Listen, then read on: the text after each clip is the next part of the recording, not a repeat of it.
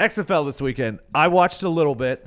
The games on Saturday were tough. Here's the thing with these leagues, and it's actually a problem in the NFL when quarterbacks get hurt.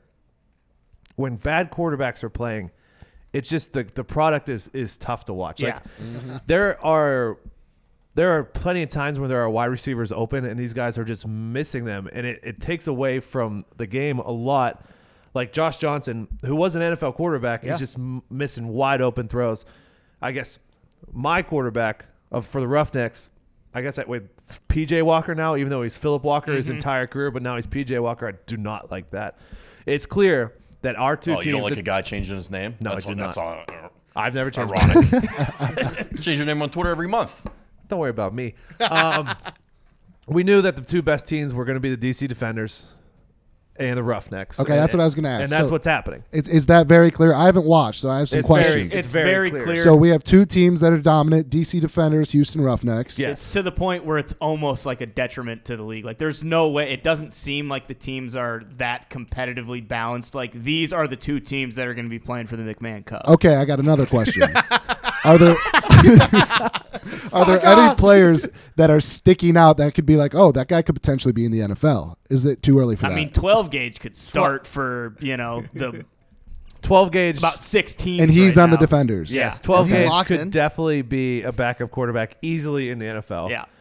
Philip Walker has shown that he was definitely a good backup quarterback in the NFL. I mean, there's some wideouts out there. Like Eli Rogers was on the Steelers for a few years, is playing well. He skipped his mom's funeral for the game.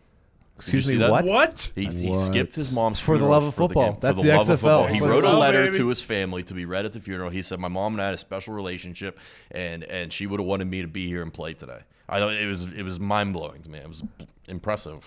And then there's I'm buying a jersey. there's some good running backs who've been in the league. Okay.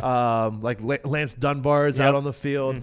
Mm-hmm. Is it Cameron Artis-Payne? Yeah. Who scored yesterday.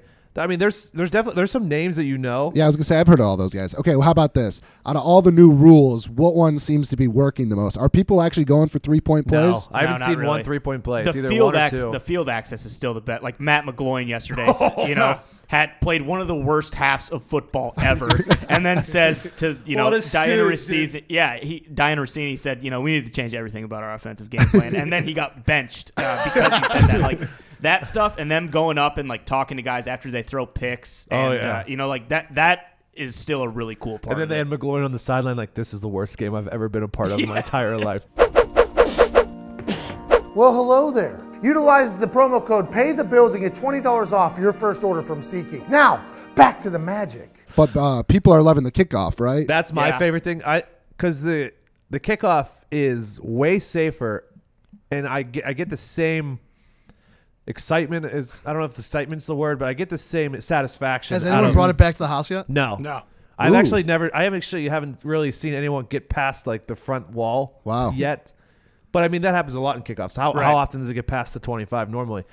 I don't mind the rules, and I'm excited to get Pat's opinion on this, because if you punt it and it's a touchback, it automatically goes out to the 35, I believe. So it's actually, they're putting more penalties on kickers and punters for when they mess up. Because if you kick it and it doesn't make it to the 20 on a kickoff, it goes out to the 35. If it goes out of bounds when you punt it, it goes out to the 35. So like, they're encouraging returns, but they're also putting a lot on the punters and stuff like that. It's definitely the best league that's come so far. Besides the NFL, it's still not even close to the NFL. Well, and with the gambling, that's still like that. You can tell, like, the odds makers have no idea how to handicap these games.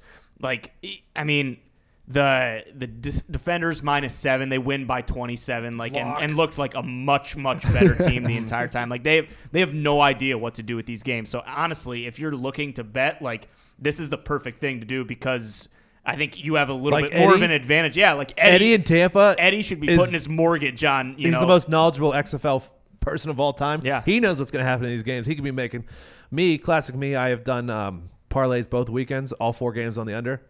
Both weekends, 1 game has gone over. Yep. So, okay, one more question. Okay. How are the fans in the stadium? Are they actually filling up, or is no one going to these games? They are filling. Like, the Seattle stadium was packed. You're damn right. Seattle packed stadiums. I mean, now if they'd stop broadcasting our coaches' plays live on live television, Jim Zorn had no idea his plays were going to be broadcast, and he did not enjoy that. Zorn couldn't coach his way out of a wet paper bag, so he's already at a disadvantage enough. We don't need our plays broadcast for the other teams to hear. I was watching Norm Chow was ready to come down to the field and fight his quarterback yesterday. I did see one of the biggest beer snakes of all time. Those are Defender fans, I believe. Nice.